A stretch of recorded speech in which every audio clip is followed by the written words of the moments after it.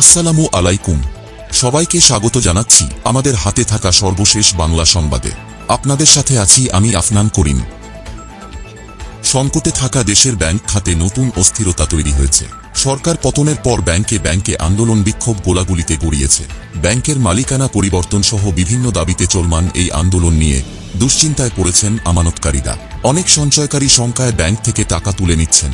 আইন শৃঙ্খলা পরিস্থিতির ঝুঁকিতে এটিএম বুথে টাকা না পাওয়া, নগদ টাকা উত্তোলনের সীমা 2 লাখ টাকা বেঁধে দেওয়ায় দৈনন্দিন পরিচালন ব্যয় মেটাতে বিপাকে পড়েছে ব্যবসায়ীরা। পরিস্থিতির দ্রুত উন্নতি না হলে সংকট বাড়ার আশঙ্কা করছেন সংশ্লিষ্টরা।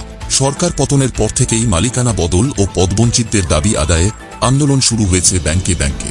ইসলামী ব্যাংকের কর্মকর্তাদের 2 গ্রুপের মধ্যে সংঘর্ষের ঘটনা ঘটেছে। রবিবার ব্যাংকটির প্রধান কার্যালয়ের সামনে এই ঘটনায় অন্তত 6 জন গুলিবিদ্ধ হন। সরকার পতনের পর থেকে ইসলামী ব্যাংকের কর্মকর্তারা ব্যাংকটির পর্ষদ পুনর্গঠনের মাধ্যমে ব্যাংক থেকে লুটেরাদের বের করে দেওয়ার দাবি জানান। সোমবারও প্রধান কার্যালয়ের সামনে বিক্ষোভ সমাবেশ করেছে ব্যাংকটির পুরনো কর্মীরা। ফলে ব্যাংকটিতে 17 সালের পর নিয়োগ পাওয়া কর্মকর্তারা কেউ প্রবেশ করতে পারেননি। পাশাপাশি তাঁরা রবিবারের গুলির ঘটনার বিচার দাবি করেছেন। সোশ্যাল ইসলামী ব্যাংকের প্রধান কার্যালয়ের সামনে মহড়া দিয়েছে একদল অস্ত্রধারী লোক। এতে তাঁরা আতঙ্কে সময় পার করছেন কর্মী ও ব্যাংকের গ্রাহকরা। আইএফআইসি ব্যাংকের চেয়ারম্যান সালমান এফ রহমান ও তাঁর ছেলেসহ বেক্সিমকোর সব পরিচালকের পদত্যাগের দাবিতে বিক্ষোভ করেছেন ব্যাংকটির বর্তমান ও চাকরিচ্যুত কর্মকর্তা-কর্মচারীরা। ইউসিবির বর্তমান পর্ষদের বিরুদ্ধেও মানববন্ধন করে শেয়ার হোল্ডারদের একটি অংশ। বেসরকারি খাতের আইএফআইসি, ওয়ান বাংলাদেশ কমার্স সহ কয়েকটি ব্যাংকে বিক্ষোভ হয়। সুযোগ সুবিধা ও দাবিতে রাষ্ট্রীয় মালিকানার ব্যাংকেও বিক্ষোভ হয়েছে। সংশ্লিষ্টরা বলছেন, ব্যাংকের মতো একটি স্পর্শকাতর প্রতিষ্ঠানে আন্দোলন গোলাগুলি কোনোভাবেই কাম্য নয়।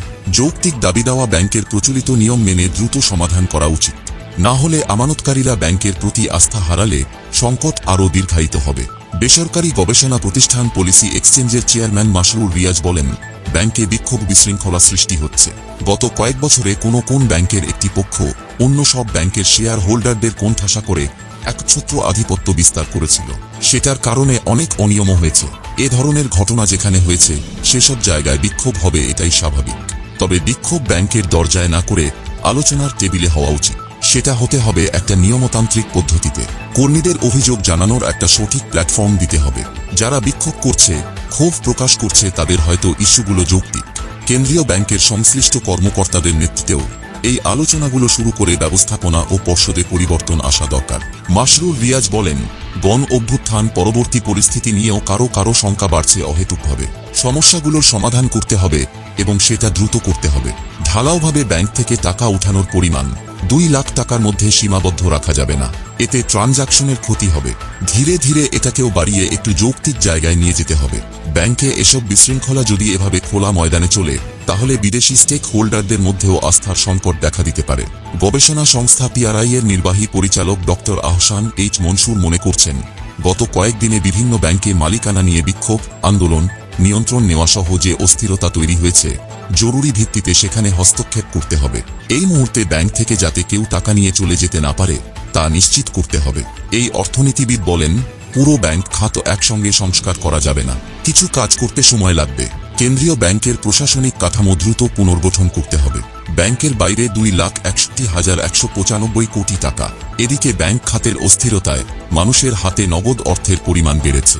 ব্যাংক খাত সংশ্লিষ্টরা বলছেন, সাধারণ আমানতকারীরা ব্যাংক থেকে টাকা তুললেও ব্যাংকে নতুন করে তেমন জমা দিচ্ছে না। এতে ক্রমে বাড়ছে ব্যাংকবহির্ভূত টাকার পরিমাণ। অন্যদিকে আমানত প্রবৃদ্ধিতে নেতিবাচক চিত্র দেখা যাচ্ছে। বেসরকারি ব্যাংক নির্বাহীদের সংগঠন অ্যাসোসিয়েশন অব ব্যাংকার্স বাংলাদেশের সাবেক চেয়ারম্যান মোহাম্মদ নুরুল আমিন বলেন, উচ্চ মাত্রার খেলাপিঋণ সহ আরও যেসব কারণে ব্যাংকের স্বাস্থ্য খারাপ হয়, সেসব কারণ না করে তাহলে আমানতকারীদের ভয়ের কারণ নেই। ইসলামী ধারার ব্যাংকগুলো দীর্ঘদিন ধরে বাংলাদেশ ব্যাংক থেকে অর্থ ধার করে চলছে। তাদের মধ্যে যদি কারো অবস্থা বেশি খারাপ হয়, তাহলে বাংলাদেশ ব্যাংককে এখনই চিন্তা করতে হবে কিভাবে আমানতকারীদের সুরক্ষা দেওয়া যায়। আমানতকারীদের আস্থা একবার নষ্ট হয়ে গেলে তা ফিরিয়ে আনতে অনেক সময় লাগবে। ব্যাংক খাতে যে সংকট তৈরি হয়েছে তা নিরসনে আর দেরি করা উচিত হবে না বলে মনে করেন এই ব্যাংকার। মোহাম্মদ নুরুল আমিন বলেন, যে ব্যাংকগুলোতে সংকট চলছে সেগুলো শুরুর সময় ভালো প্রতিষ্ঠান ছিল। মালিকানা বদলের পর এগুলোকে খারাপ করা হয়েছে। এখানে পরিবর্তন আনতে হলে ম্যানেজমেন্ট পরিবর্তন আনতে হবে, বোর্ডের কাঠামো পরিবর্তন করতে হবে। যদি কোন ব্যাংকে বোর্ড পরিবর্তন করা না যায়, তাহলে কার্যপরিধি সীমিত করতে হবে। গোলাগুলির কারণ বের করে সঙ্গে সঙ্গে থামানোর ব্যবস্থা নিতে হবে। বিতর্কিতদের বিরুদ্ধে ব্যবস্থা নিতে হবে। সুশাসনের অভাব, খেলাপি ঋণের মতো অন্য যে সমস্যাগুলো আছে সেগুলো ধাপে ধাপে সমাধান করতে হবে। বেসরকারি গবেষণা সংস্থা সেন্টার ফর পলিসি ডায়ালগের নির্বাহী পরিচালক ফাহমিদা খাতুন বলেছেন, এতদিন বিশেষ ব্যক্তি ও গোষ্ঠীর প্রসারে কাজ করেছে বাংলাদেশ ব্যাংক। 1 দশকের বেশি সময় ব্যাংক খাতে 24টি বড় ধরনের কেলেঙ্কারি হয়েছে। এসব কেলেঙ্কারির পরিমাণ 92,261 কোটি টাকা। তিনি বলেন, আমানতকারীদের মধ্যে উদ্বেগ তৈরি হয়েছে, কিন্তু যাদের কারণে ব্যাংকিং খাতে রক্তক্ষরণ হচ্ছে তারা ধরা ছোঁয়ার বাইরে থেকে যাচ্ছে। নগদ টাকার অভাবে দেশের ব্যবসায়ীরা এক ধরনের সংকটে পড়েছেন। ব্যাংক থেকে দৈনিক নগদ টাকা তোলার সীমা বেঁধে দিয়েছে দেশটির কেন্দ্রীয় ব্যাংক। গত শনিবার ব্যাংকগুলোকে বলা হয়, প্রতিটি অ্যাকাউন্ট থেকে দৈনিক 2 লাখ টাকার বেশি তোলা যাবে না। এই পরিমাণ বাড়ানোর আগে কেন্দ্রীয় ব্যাংক গত বৃহস্পতিবার দৈনিক নগদ 1 লাখ টাকা তোলায় সীমিত করেছিল।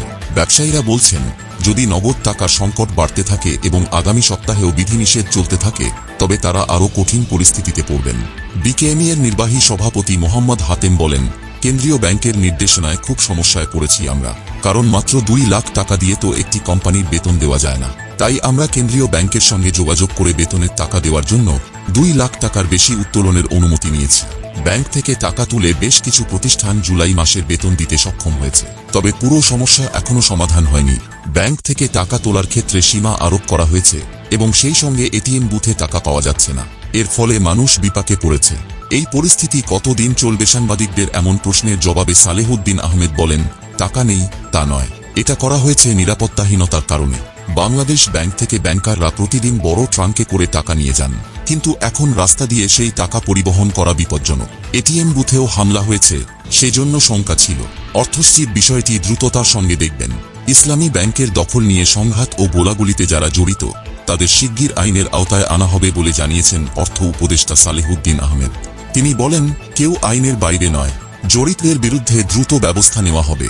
আমি নিজেও এককালে ম্যাজিস্ট্রেট ছিলাম, এসব ধরপাকড় কম করিনি।